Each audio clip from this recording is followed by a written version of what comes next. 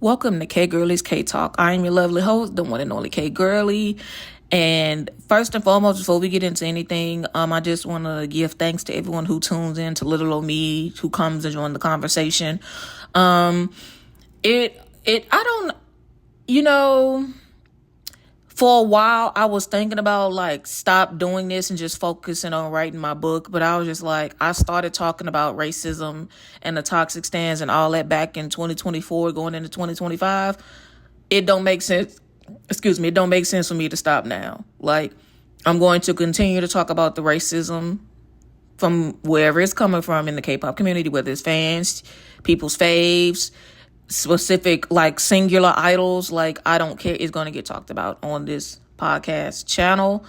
What I do like is that there are people who genuinely comes and just listens. They don't even talk in the comments, they just listen. So it's just even just listening to me, it does mean a lot to me, you know what I'm saying? So I really want to thank everyone who supports K-Gurly's K-Talk and tunes in every Thursday at 7:45 p.m. So thank you guys so much for that.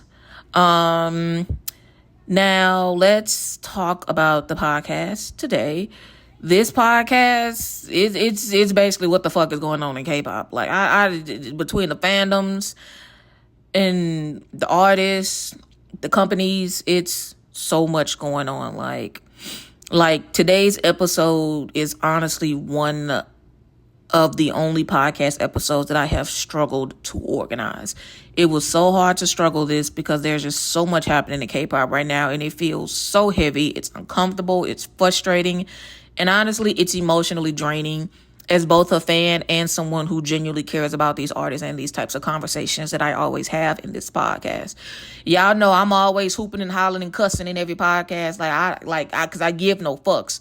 But this podcast, this is the motherfucking podcast where I'm dialing it back so we can really fucking talk. Cause this is y'all. This episode isn't, to spread any hate towards any group, any fandom, or an individual idol. I listen to multiple groups.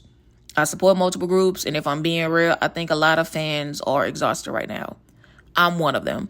Yeah, I have been gone on vacation for a week. For a whole week. I left last week. I just came back. I came back Monday night. I came back Monday night. And the last 2-3 days, I've just been resting because I don't go back to work until tomorrow. But still, I come back. It's a whole world of shit. Goddamn. And it's only because lately it feels like we're watching these idols openly show signs of burnout, overworking, emotional exhaustion, and frustration, while fandoms are too busy attacking each other to acknowledge the real bigger issue. There's bigger fish to fry than motherfuckers to be beefing with each other. Oh, no, your group is more racist than my group. No, your group is racist. No, my group is better than your group. No, my group is better than your group. Can y'all shut the fuck up, man? If we got bigger fish to fry right now. We really, really do. We really, really do. And, at the same time, like I said, the conversations about racism in K-pop continues to create a whole division. It's defensiveness and the hypocrisy depending on which group is involved. Let's really talk about it. So today I really want to talk about all of it. The treatment of the idols, the fan wars, the racism conversation, and the way Black K-pop fans are constantly caught in all of it. We're always in the middle of the shit. Always.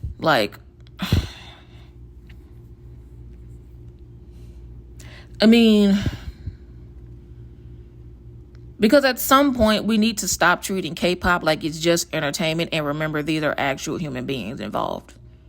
At some point. I've noticed, depending on which area the music is coming from, I've noticed how K-pop is treated very differently. Even with T-pop, J-pop, C-pop, Western music, Hispanic music, Latin music, European, all these music artists, we treat them very differently than how we would do with fucking K-pop. I'm just being real. I'm just being fucking real. So first things first, I want to talk about Stray Kids. You know, my old group, my babies, my bias wrecker is Changbin and Bangchan. And of course, my bias line is Sungmin, IN, and Yeonjun, of course. You know, a lot of fans, mainly Stay, and a lot of other fandoms, you know, we've been getting concerned about the members and how much pressure they seem to be under lately. Like, you know, we then seeing Bangchan finally come out and admit his abuse from the company. We seen his status update to favoritism. And then, you know, excuse me, then you got Lino going through, hold on, y'all. I got some technical. Hold on. And I am back. I'm sorry, guys. I had a technical difficulty going on with my laptop because I actually have a script that I'm reading off of. Because when I tell you it's a lot I got to talk about, it's a lot. But where was I? Oh, yeah, we started talking about Stray Kids and what they got going on. So, you know, like I said, Stray Kids got a lot going on. Like, the mistreatment of Stray Kids is it's the fact that I always knew a lot of people always knew Stray Kids was going through some type of mistreatment. We sensed that off the bat. We sensed that shit. Because here's the thing. When it comes to Stray Kids is one of those groups where they show you a piece of their personality. Like, they show you a piece of who they are outside of the cameras. They showed that piece, and right there, we knew what the fuck was up. Right there. Like, we know how you get down. This ain't you. What the fuck is this bullshit? You know what I'm saying? Like, Bangchan, like I said, Bangchan had made comments. He finally, not made comments. It is true. Like, he actually said it in Bubble. If you do not have Bubble, a lot of states have posted it on their social media. Go find it. When Bangchan posted on Bubble how he used to get abused by the staff for no reason. Like, that broke my heart. And then he updated his status to favoritism. Like, let's clock it. Favoritism holds a lot of weight. That one word holds a lot of fucking weight, y'all. Like, now we're going into Lino. He's having depressive episodes, and everyone knows Lino, you know, it's really hard for him to get in that state. So it's like, for him to be going through these depressive episodes, it's like, oh my mother, what the fuck? What the fuck, Div 1? What the fuck y'all got going on over there? Like, then, excuse me. And then you got Han is begging to take a break. Like, he's in these fan meets asking for breaks. And then on top of that, they're banning Han from producing his solo music, like releasing any solos. Like, they're banning him from doing that on top of him begging for breaks. And then you got Sungmin as someone who works in the medical field. I'm not understanding why the fuck it's 6 months and he's still limping. Let him lay down. Like, the money, Stray Kids has produced enough shit last year alone. They produced enough shit last year alone. They really don't need to do nothing else if I'm being fucking honest. Like, these next few months, they really don't have to do shit. The money is still coming in, so I'm really not understanding why the fuck Sungmin is really around this bitch limping. He needs to lay the fuck down. Like, y'all, this is a call to action. Like, we calling Eugene's to come, you know, peace. We calling everyone. Like, Stray Kids really needs everyone's help right now. Like, this is fucking insane. Like, all of this should really matter, because at the end of the day, idols should not have to repeatedly hint that they are tired before people take it seriously. Like, they shouldn't have to. Then you have Felix constantly working through schedules, ambassadorships, promotions, appearances, always moving, always visible, always active. And while opportunities are amazing for him, we're starting to question how much is too much. Even me, when Felix popped out, I think with the Adidas, and does he have an Adidas? Y'all correct me if I'm wrong about the Adidas brand ambassadorship. Does he have the Adidas one? If so, I think it was the Adidas one that I seen. I think it was that one. I'm really trying to remember. But Felix made a post. No, not Felix. It was whoever he was a global brand ambassador for. When they made a post saying that he's the new brand ambassador. I said, man, what the fuck? I said, how many more does this boy need? Like, I love Felix down. I love him down. I support Felix. Like, yes, congratulations, but goddamn, how many more does he need? He is what, y'all, at 15? Correct me if I'm wrong. Is it between 13 and 15 brand ambassadorships, y'all? Like, make sure, hold on, because my laptop is fucking in front of me. And I'm sitting here asking like I don't have my motherfucking laptop in front of me. Bitch, I'm finna Google this shit. Oh. There it is. How many brand ambassadors does Felix have? Okay, as far as 2026 goes, he has, as of March 2026, Stray Kids member Felix has a massive portfolio of 10 to 12 active brand ambassadorships and major partnerships. He is considered the fourth-gen male idol with the most extensive brand portfolio, including Louis Vuitton. So yeah. Like how much is too much? How much is too much? Like I said, me personally, I think the biggest thing that's sticking out to all of us is the fact that Seungmin is still standing up on his goddamn feet. Like, this man is limping. I'm very surprised Seungmin is still standing up. And mind you, this is just me, but if you want my overall opinion and on what really stuck out to me the most was when Chris started opening up. Because I always knew Stray Kids was going through some type of bullshit. I always knew that shit. But for Chris to finally start slowly speaking out about it, I was just like, okay, here we go. Now we're in the Hunger Games. We're in the end games now. We're in the fucking end games, y'all. Like on top of that, you know, you got members like Yeonjun and Seungmin have told fans not to overspend on merchandise and albums because of how expensive everything has gotten. Y'all, I want to get photo cards. I have a binder. I finally made a photo card binder. And the binder that I have is a mix of ATs and Stray Kids. The only photo cards I have from ATs, I have their In Your Fantasy photo card collection. And it's one more photo card collection I have from them. And then from Stray Kids, I got their Hop mixtape photo card album, photo cards. And I had got some photo cards from when I went to the Arlington show, Dominate World Tour in Arlington, and I got a lot of photo cards from that. But yeah, like, I want to buy photo cards to put in my photo card book, especially more of Benny and Christopher, because those are my bias records. But I at least want to have at least a mixture of them. Yeah, nah, fuck that shit. I tried to buy me some photo cards. The fact that a box of photo cards, when I seen that shit was damn near $15, I said, oh, fuck no.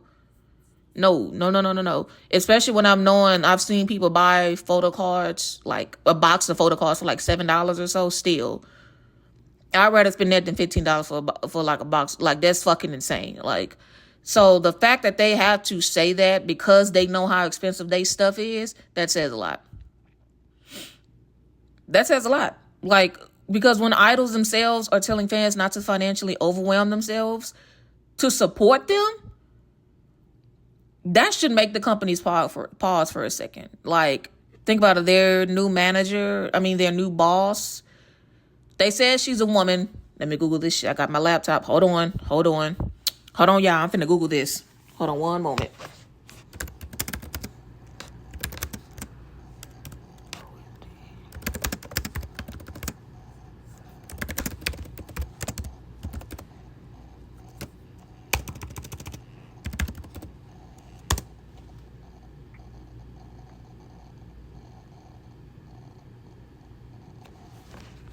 Okay, just Googled it. Okay, what name is everyone else coming up with? Because the name that I'm seeing ain't the name that I've been seeing everyone. Is it Song? Is it Songjion? I need you guys to confirm that, because I was looking at another post and another person saying Han something. But I just Googled it, and it's saying, like, basically the boss, who is reported to be the boss of Stray Kids, who manages Stray Kids within the JYP Entertainment of Division 1, is Song Jion. So, I Googled it. This is what Google is saying. This is what Google is saying, But yeah, like, at some goddamn point, At some point. At some motherfucking point, y'all. Like, I don't know what the hell Stray Kid, like, I salute Stray Kids for trying to keep it professional. I salute Stray Kids for trying to keep going. But Stray Kids need to know at some damn point, we do treat them like human beings. Like, their real fans treat them like human beings. Like I said, parasocialism plus entitlement divided by disrespect equals ownership chaos. And if we, as regular schmegular respectful fans, allow these entitled, parasocial, delusional, disrespectful stands to take control and do all this extra ass shit, we have lost. Okay, we've lost. If we can let those fans make the rules for when they can rest. Oh, well, I want more music and I pay for this and that. If we keep allowing them to do that, we failed Stray Kids. I'm just gonna be honest, we failed them. Like, one thing I can commend the Army on, I can commend them motherfuckers 100%. You not gonna overwork BTS or do anything to BTS without the motherfuckers sitting and hitting up that company. You ain't finna do shit to 18s without 18 coming through hitting up that company. You not finna do shit to 17 for Carrots to come through. Carrots gonna come through and hit up that company. And hyphen, them Eugenes weren't playing. They hit up that fucking company. So stay. What the fuck are we doing? What are we doing? Like, I think this is the most, and I'm so proud of Stray Kids for speaking out. I'm so proud of them for actually putting their feet down. Like, they're actually like speaking, calling out for help. I'm proud of them for that. Now it's our turn to put that foot down. Like, come on, y'all. We gotta really run that. Like, at some point, we need to stop treating these idols like content producing machines. They are not machines. They are human beings before they are products. Like, and I think sometimes for fans be forgetting that K-pop moves so fast. Stray Kids, example, Stray Kids. I mean, I think Stray Kids is the biggest example of how fast the motherfuckers be moving. When I tell y'all I have yet to listen to the Hollow album, that's how fast they moving. I think it's like 4 albums I have yet to listen to because they moving so fast. Almost every month, every 2 weeks, every 3 weeks, they are dropping something. It has come to the point where I'm just like, oh, fuck this shit. I'm gonna have to, just when I scroll on TikTok, I'm gonna listen to it then. That's how it's gotten, because they're moving so fucking fast. They're moving so fucking fast. Like, they were moving so fast to the point where y'all remember everybody was thinking that Stray Kids and The Weeknd had a collab going on. Now we done moved on from that. Now we on some other bullshit. Y'all. Come on. There's always another comeback, always another live stream, another tour, another photo shoot, another sponsorship. But it's just like if Felix drop another brand ambassador deal, I'ma cry. And I'm not gonna cry tears of joy. I'm going to cry. Like I don't cry because these are regular ass men. They don't know me and nothing like that. But still, realistically speaking, if he comes through with another, I'm still waiting on Han to get a brand ambassadorship. Like, something. Fuck. Like, can we just, man, mind you, Han ain't even being unrealistic. He's just asking for just 2 days off. Me personally, I would say take the 2 weeks, not 2 days. I say do instead of 2 days, do 2 weeks or 2 months. That's just me though. Like, cause y'all sitting down for 2 days. 2 days is gonna go by very quickly. I want Stray Kids, to be honest. You know what? Fuck the 2 weeks. I want Stray Kids to take 2 months off. If not 2 months, 3 months. Let them have the summer off. If granted, I get summer is the time where everybody getting their money up and everybody outside. But in this motherfucking economy, bitch, I don't think nobody really gonna be outside this summer. I'm gonna be so fucking honest. I'm gonna be dead ass honest about that. I don't think nobody's gonna be outside this summer. Man, let Stray Kids go on this break this summer, this whole fucking summer. This will be their summer vacation. Then it's back to school in August. Let's just do it like that. Because goddamn. But you can't be a boy and get into the twerkathon. It doesn't work like that. It just doesn't work like that. I'm just saying, it just doesn't work like that. You cannot say you care for Stray Kids and this and that and the third, but yet you're saying, oh, they know what they signed up for. It doesn't work like that. It just doesn't work like that. Get your shit together. It doesn't work like that. Get your shit together. It doesn't work like that. It does not work like that. It doesn't work like that. I'm just saying. Like, burnout is real. Pressure is real. Exhaustion is real. Like, and us fans noticing that these things does not make them dramatic. It means people are caring now. Like, it just means that us fans, we are caring. Like, people are now caring. Now people are starting to see, like, yeah, this shit is real. These are human beings. Like, if we want them to do what it is we want them to do, we also have to make sure that they rest. We also have to allow them to do what they want and rest. Point blank, period. Now we get into the next part of the podcast. Now we're going into the fandom culture. Like, specifically the constant fighting between Stay and Army. I don't know. Before anybody gets defensive, this is not me saying one fandom is innocent and the other is evil. Because honestly, every large fandom contributes to toxicity at some point. But lately, these fan wars, they've become so exhausting. Between TikTok and Twitter. I'm so done with Stay and Army. I don't even know what the fuck to do. I don't even know. Like, I've been a Stay since 2021 going into 2022. I stopped being a Stay last year when I was getting hit with racist comments from Stay. I was like, I can't do this. I'm going to continue to support Stray Kids, but I can't be a part of that goddamn fandom. Because there's no fucking way. But then a part of me was like, no, I've been a Stay for this motherfucking long, bitch, get back in the field. So I'm finna get back in the field, and now we got all this shit going on with Stay. You know what? Like, it's exhausting because Stay and Army is a very big fandom. They are. Stay, Army, 18E, those are like the three biggest fandoms that I can name off the top of my head. It's like very, very big. This shit is getting exhausting. Both groups are very fucking talented. Everybody knows Stray Kids is going to give BTS a run for their money. BTS going to give Stray Kids a run for their money. Stray Kids then beat some records of BTS. BTS still holding on to a whole lot of motherfucking records. BTS is still continuing to breaking records. Why the fuck can't nobody just Stay, Army, just give each other props and move the fuck on? Like, y'all do realize, like, if y'all stop doing this stupid ass shit, y'all can be very powerful, but y'all keep doing stupid ass shit.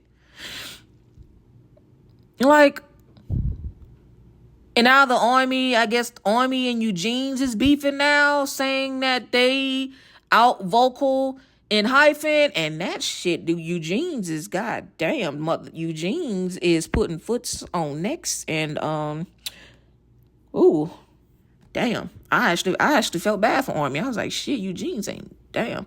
But yeah, like, even then, like with Stay, I've seen Stay, sometimes they will provoke Army will sometimes provoke Stay, and it just came to the point where I'm just like, they are friends in real life. Bang Chan literally went to their motherfucking concerts. Like, I'm pretty sure all of the members of Stray Kids has been to a BTS concert. I'm pretty sure BTS has been to a Stray Kids concert. I'm just,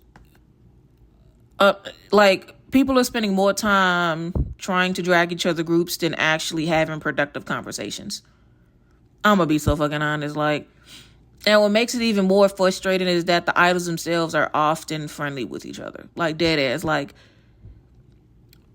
when I say friends with each other, I mean, like, these motherfuckers is hanging out with each other, smoking with each other, drinking, partying, clubbing. They probably spending the night at each other's house. I don't fucking know, but goddamn, they are friends in real life. What are we doing, people? What are we doing? And then on social media, you got this shit being treated as a fucking World War III war zone.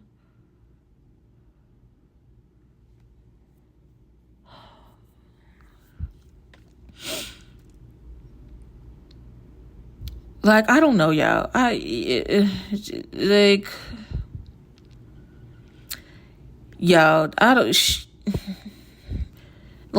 on top of that, one of the biggest conversations that keeps resurfacing is the racism controversy surrounding BTS.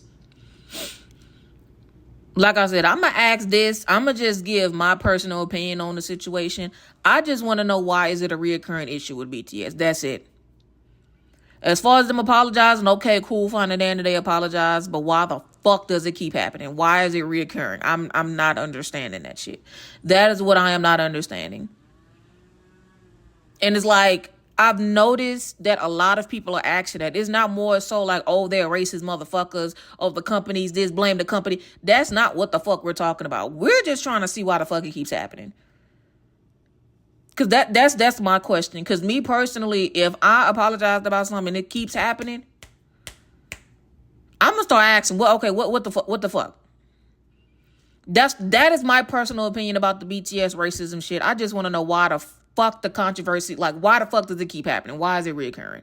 That's it. That's all. No hate towards BTS. I do not hate BTS. In fact, I respect BTS. I really, really do. Jungkook is a sexy, fine motherfucker. He can happily ring my bell. I'm just fucking saying. But goddamn, I just want to know why. That is it. But hey, according to motherfuckers, you can't even ask that question. It's more as, oh, you hate BTS, or you're not talking about all the racism. If you're going to talk about, like, bitch, I don't know if any of you motherfuckers know what the fuck K-Gurly is, but goddamn it, I'll talk about all the fucking racism. I'll talk about it all. I just want to know why the fuck does she keep happening with BTS. I just want to know why it's a reoccurring issue. And now everybody else, on the other hand, they putting belt to ass on BTS. I ain't even going to hold y'all. Like, all I said was I want to know why it keeps reoccurring. Everybody else, them motherfuckers coming for BTS. Look, somebody's put RM on the chopping block. I said, God damn, what the... Jesus. I said, Lord, they didn't put this baby on a chopping block? Not the chop... Like, y'all, motherfuckers is going in on BTS. Like, when I say motherfuckers going in... The same way how motherfuckers went in on Tarzan is how the fuck motherfuckers is going in on BTS. And I actually feel a little bit bad for them. Like, because I think this time around, I think the Howard situation, again, all of this is my personal opinion. I think it's the Howard situation that really, like, lit this shit up and was just like, you know what, fuck this. We're not, no. Like, even then, I'm still waiting to hear something about that shit. Like, that's just me as an educated black woman, like, with a degree and shit like that. Like, I actually want to know. Like, will the company, somebody fucking speak shit. But, I mean, that's just me, though. Like, yeah, like, Jesus. Motherfuckers is really putting BTA on BTS. I'm just gonna be honest. Like, you know, this is where things get really complicated, because the moment people bring up racism involving popular groups, everything turns into chaos instead of discussion. Deadass, y'all. I have been on TikTok pages. I have been on Threads. I have been on Twitter. Anytime a motherfucker bring up any racism with any big ass major groups, there is no conversations that are being had. It's just straight up, you a hater. You don't know them. They apologize. Shut the fuck. Ooh, y'all. Jesus. Like, some people feel like conversation about racism involving BTS get dismissed too quickly. Others feel like the group already apologized and people should move on. Like, but like I said, here's my personal opinion. Again, my personal opinion. I'm not bashing them. I've said it multiple times. I don't hate BTS, none of that. This is just my personal opinion. People are allowed to acknowledge apologies while still feeling hurt. Like, those two things can exist at the same time. They really can. Like, apology does not automatically erase impact for everybody. Like, especially when it involves race, culture, stereotypes, or repeated incidents that affected people personally. Like, black culture. Like, a lot of black K-pop stans, they have the right to forgive them and still keep talking about it. They do. If people want to keep asking why this is a recurring issue with BTS, they can. If people want to constantly bring up the fact that they did this shit, they can. I mean, unless you are black, when I say black, I mean, I'm going to be very honest when I say this. Unless you are proud to be black and actually understand the history of your ancestors, unless you are really, really proud to be black, and I'm not talking about the black that wants to please mass. I'm talking about the black, that we stand on business, like, don't disrespect our culture, like, our ancestors died for this type shit, then you will not understand. You really would not understand whether or not a lot of black K-pop stans would forgive them and not move on. Like, that's just something you won't understand. Dead ass. Like, y'all. Like, And I think that's where fandoms like struggle the most. Like for real, like understanding that forgiveness is personal. That shit is personal. Like some black fans accept apologies and move forward. Some black fans are still uncomfortable. Some people simply want accountability and growth. And all of those reactions are valid. Like what becomes harmful is when fans start trying to police how black people should feel about racism that affects them.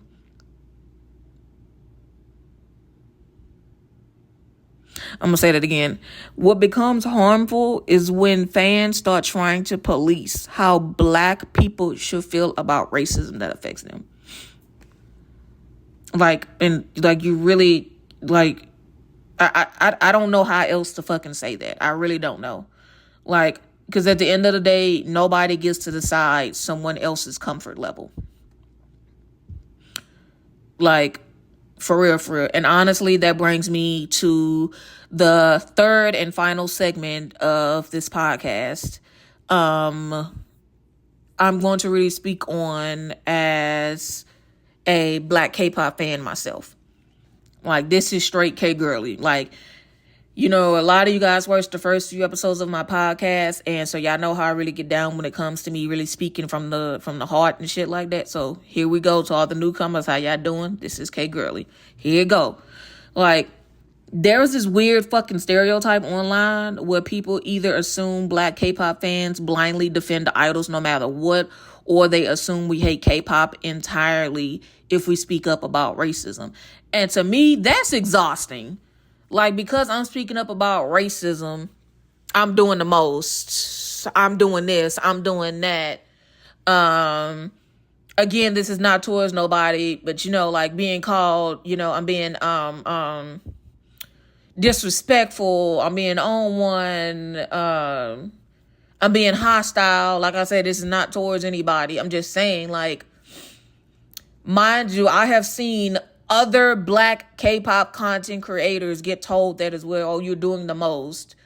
You're a hater. You're being disrespectful. You're on one. You're doing the most. You're doing this. You're doing that. I have seen this. I have seen this. I've seen this. I've seen this. I've seen this. And it pisses me off so bad. And it's just like, I can love K-pop while also still speaking on my heritage. Like, that's culture. Like, so because I'm into K-pop, I can't speak on racism with all the groups, even the big ones. I can't do that. Oh, but if it was Kiss of Life, everyone's okay with me doing that. Everyone's okay with me speaking on racism about Kiss of Life. If I bring up the shit Stray Kids done early on in their careers, everyone's okay with that. Everyone's okay with that. I speak on ENHYPEN. Everyone is okay with that. But the moment I get to G-Dragon and BTS, you know, and GOT7 and all these other groups, it's a fucking problem. And I think that's what's more exhausting to me, because it's like, as a black K-pop stan, you know, I should be able to speak. Hold on. I'm sorry, y'all. I got a text message. I'm sorry. But I just feel like as a black K-pop fan, we should be able to speak up about the racism without being told, oh, you hate K-pop, or you hate this fan. Like, yeah, I'd be amazed at how many motherfuckers told me I hate BTS because I spoke on the shit that they've done. And I can say it from the top of my lungs, on top of the tallest mountain in the fucking world, that I don't hate BTS. But motherfucker, if you speak on racism that they've done, it's, oh, you hate BTS, or you're a hater, oh, you need to speak on it with everyone, not just them. And I'm really like, just like, what the everyone gets talked about, but it's okay. It's okay. Like there are so many black K-pop fans who genuinely love K-pop while also being honest about the issues inside the industry. Exhibit A, me. Like, I'm going to always be honest about the issues inside the fucking K-pop industry. I don't give a fuck who it is. Stray Kids is my old group. I love them to death. But goddamn it, if they do some fucking fuck shit, I'm gonna call them out and I'm gonna hold them accountable for that shit. I'm not gonna, like, granted, yeah, Bang Chan is my bias. Oh, like, even when he had them fucking cornrows in his head, I get that he did it to pay homage or whatever the case may be. But motherfucker, Chris, I love you, Bookie, but don't do that shit no more. Granted, they were putting it, like, So whoever put it in his head correctly. They did. I'm not even finna hold y'all. They did, and he did look cute a little bit. But I'm just glad Chris ain't never did that shit no more. Like, Chris, please don't do that shit no more. Please don't. Like, even with the Yunjin situation and people like that's blackface, even though I did research, the research, he was really like cosplaying the grandma. But how she was shown in the cartoon, it gave very much so blackface. And the thing is, he probably didn't know. And the staff just did it. But I'm glad like they apologized. And they never done it again. So, like, yeah, but, like, even then, I still speak up about, like, because, hey, look, somebody in that fucking staff should have fucking known better. Somebody. I don't give a damn. That's what accountability looks like, holding your idols accountable and stuff like that. So, it's like, even though I'm a fan of K-pop, I'm still going to speak on the shit that goes on inside of it and hold them motherfuckers accountable. Straight up. Like, holding them accountable does not mean you hate them. Criticizing harmful behavior does not mean you want someone destroyed. I'm going to just say that part again just to make sure motherfuckers understood me. Criticizing harmful behavior does not mean you want someone destroyed. Just wanted to make sure that was out there and people understood that. Like, and I think some fans struggle with separating criticism from hate.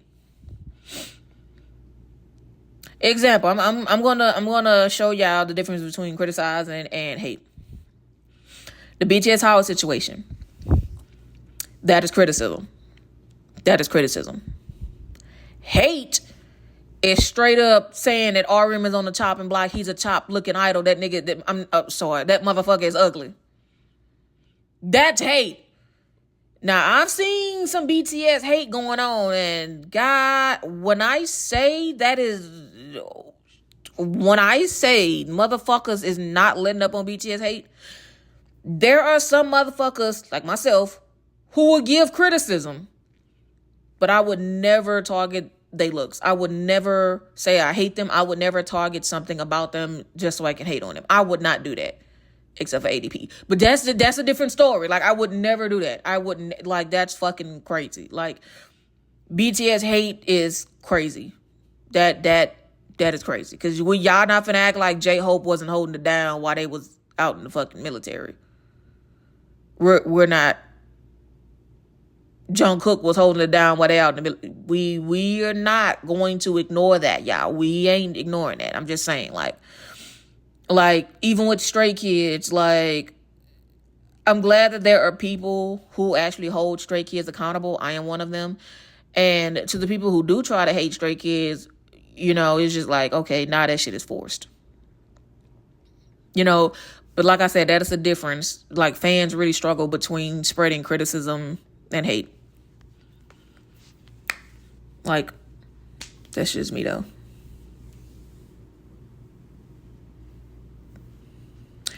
But now, a lot of Black K-pop fans are constantly expected to either stay silent or accept bare minimum apologies immediately, or somehow prove why something was offensive enough to hurt us. And that pressure is exhausting. Like, the fact that we have to prove, like, a lot of people still aren't understanding the Howard situation. Like, people are still trying to prove that. And I'm just like, I'm not gonna prove that shit. Like, motherfucker, it's HBCU. Historically black.